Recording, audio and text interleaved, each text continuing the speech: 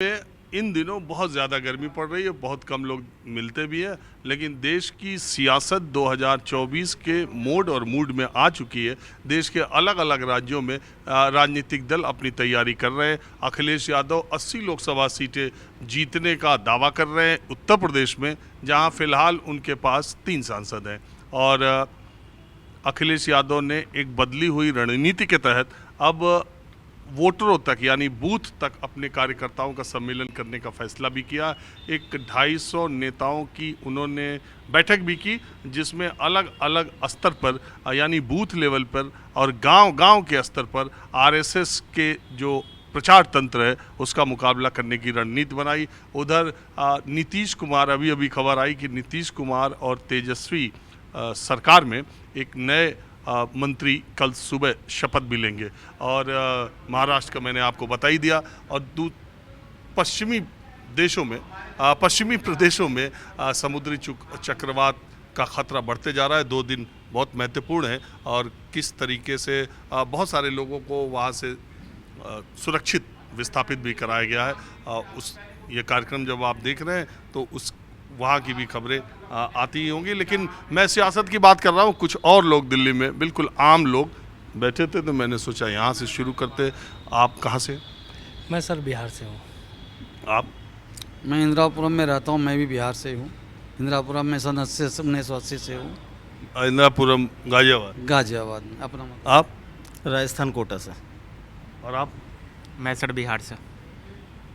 बात है ये बिहार के लोग जो है धीरे धीरे दिल्ली में राज करेंगे। राज का बात नहीं है सर। मेन बात क्या है कि बिहार में आपको मालूम है बेरोजगारी का क्या हाल है। हम लोग भी रोजगार के पर्पज़ से दिल्ली आए थे और यहाँ के रह गए। दिल्ली वासी हम भी हो गए। अच्छा देखिए, लोग अभी कहते हैं, लेकिन मेरे देखने में आज़ादी के बाद या उसके भी पहले से बिहार व पूर्वी उत्तर प्रदेश के लोग पहले कोलकाता की तरफ ज़्यादा जाते थे, रंगून जाते थे, बैंकॉक जाते थे। अभी भी सर जाते हैं वहाँ पे। असल बात है सर कि कलकत्ता में क्या है कि वहाँ पे रोजगार का अवसर ख़त्म हो गया। कम्युनिस्ट की सरकार थी वहाँ पे, उसके बाद से जितनी फैक्ट्री थी सब बंद हो गई। फिर लोगों ने मुंबई, गुजरात यहाँ का रास्ता ये कर लिया सर। जहाँ रोज़गार रहेगा वहीं जाएंगे ना। मान लीजिए दिल्ली में रोज़गार है तो हम क्या कलकत्ता में जाके क्या करेंगे?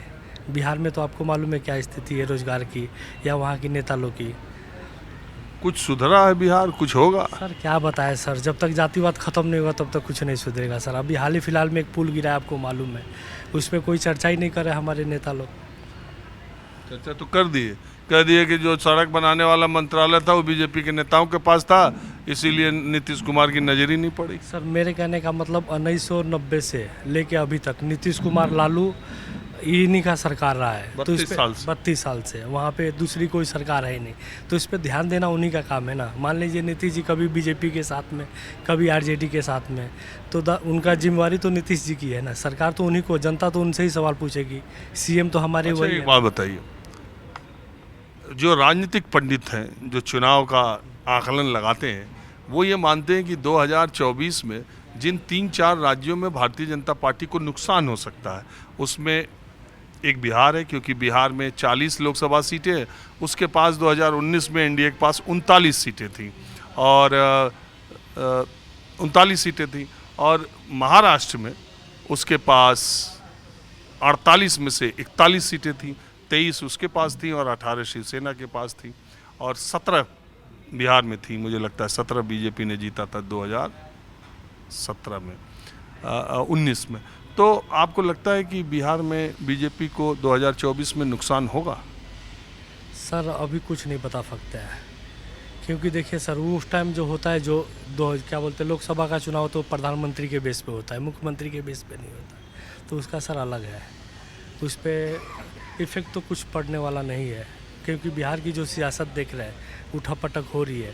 2024 आते आते देखिए क्या होता है बिहार में। कुछ नहीं बोल सकते, कौन कहाँ जाके बैठेगा, कौन कहाँ जाके नहीं बैठेगा, कौन कहाँ निकलेगा, कौन कहाँ भागेगा, वो 24 में ही पता चलेगा।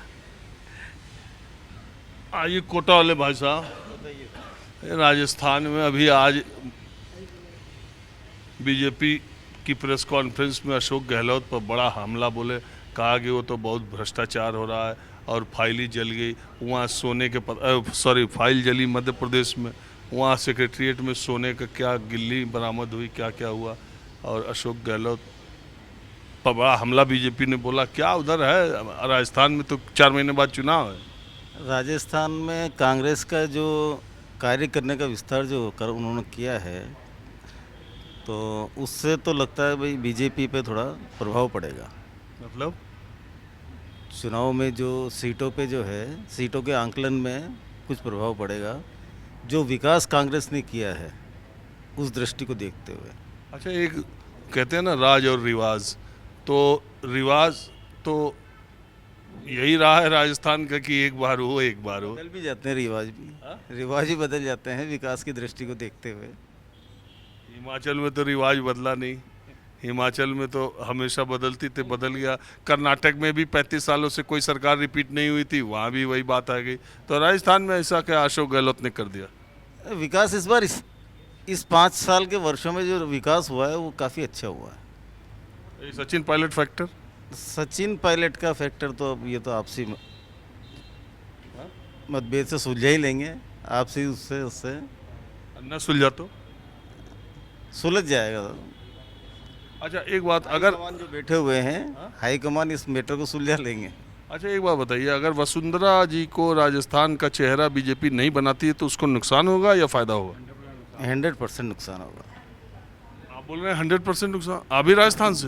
मैं तो पंजाब हिमाचल से सर, हिमाचल से। आपका क्या मानना है 2024 के माहौल के बारे में? बड़ा चेंज आएगा इस बार। इनकी बीजेपी की ज़मीन जाने वाली है और काफ़ी नुकसान होगा, क्योंकि बेरोज़गारी बहुत है, महंगाई बहुत है और आम जनता के लिए कुछ नहीं सोच रहे ये लोग। बदले की राजनीति हो रही है, ये बताना चाह रहा हूँ। बड़े परेशान है, यूथ को कहीं नौकरियां नहीं मिल रही, परेशान है सारे लोग और रोज़ बड़ा स्ट्रगल कर रहा है एक आम आदमी और वो बयान नहीं कर पा रहा कि क्या कहाँ जाएं, कैसे करें, और रिजल्ट उसका ज़ीरो है एंड ऑफ द डे।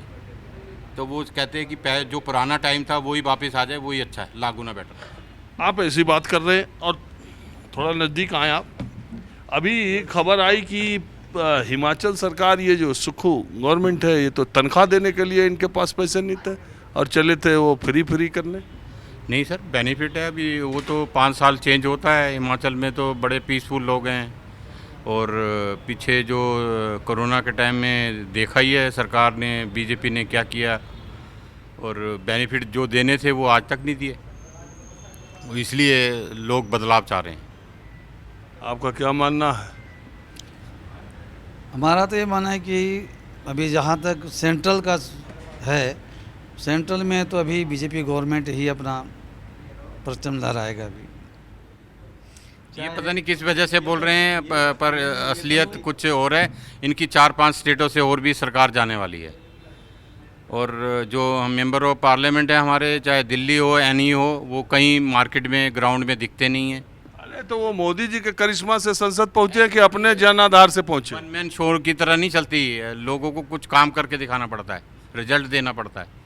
इसके लिए ये टीम वर्क काम करता है सारा। नहीं, देखिए अभी मोदी जी का जो चेहरा जो है अभी, उस हिसाब से अभी कोई ऐसा चेहरा नज़र नहीं आ रहा किसी भी नेतागण में। वन मैन में तो है, लेकिन चेहरा सबको पब्लिक में वही नज़र आ रहा है टोटल में। इस व्यू से मैं बोल रहा हूँ। केंद्र में तो बीजेपी का ही है परचम। क्या गुरुजी, आप तो अकेले ही रह गए यहाँ? आपका रह गया? ओनली बीजेपी बीजेपी तो आप रह गए अकेले? सर अभी ये तो टाइम और समय बताएगा। ये आने वाला जो अच्छा लोगों को दिख रहा है आने वाला, वो बदलाव चाह रहे हैं, 100% बदलाव चाह रहे हैं। देखिए एक बात और है कि आजकल की जो राजनीति है उसमें जनाधार वाले या जनता के बीच रहने वाले नेताओं से ज़्यादा बड़े नेता जिस पे हाथ रख दे रहे हैं वही नेता MP MLA बन जा रहा है। टिकट मिलते ही आपको गारंटी है। अगर अरविंद केजरीवाल की पार्टी में आप हैं, आपको टिकट मिल गया तो वो अरविंद केजरीवाल जीतेंगे तो आप भी जीत जाएंगे। बीजेपी के एक लोकसभा MP से मैं उनके घर गया तो बहुत लोग वहाँ नहीं थे, तो मैंने उनसे पूछा कि पहले के ज़माने में एमपीज़ के घर आने पर 10, 20, 50 लोग हमेशा दिखाई देते थे। अब नॉर्थ ब्लॉक, साउथ ब्लॉक बहुत खाली सा रहता है। अब जनता बहुत दिखाई नहीं देती सांसदों के आवास पर। तो उस एमपी ने बड़ा मज़ेदार और मजाक में ये बात कही कि मोदी जी के भरोसे हम यहाँ आए हैं, जब तक उनकी कृपा रहेगी हम यहाँ रहेंगे। जनता की कृपा से न यहाँ पहुँचे हैं, और अगली बार टिकट मिला तो हम फिर आएंगे, नहीं अगर कट गया तो फिर जो जिसको मिलेगा वो आ जाएगा। तो इसलिए ये जो लोकतंत्र में एक नेता के करिश्मे से बाकी लोग की जो जनोन्मुख राजनीति है वो उस पर थोड़ा असर जरूर पड़ता है। बहरहाल माहौल क्या है, हमें बस आज इतना ही। अगले एपिसोड में किसी दूसरी जगह से हम फिर हाजिर होंगे। कैमरामैन उमेश सिंह के साथ राजीव रंजन, न्यूज़ 24 दिल्ली।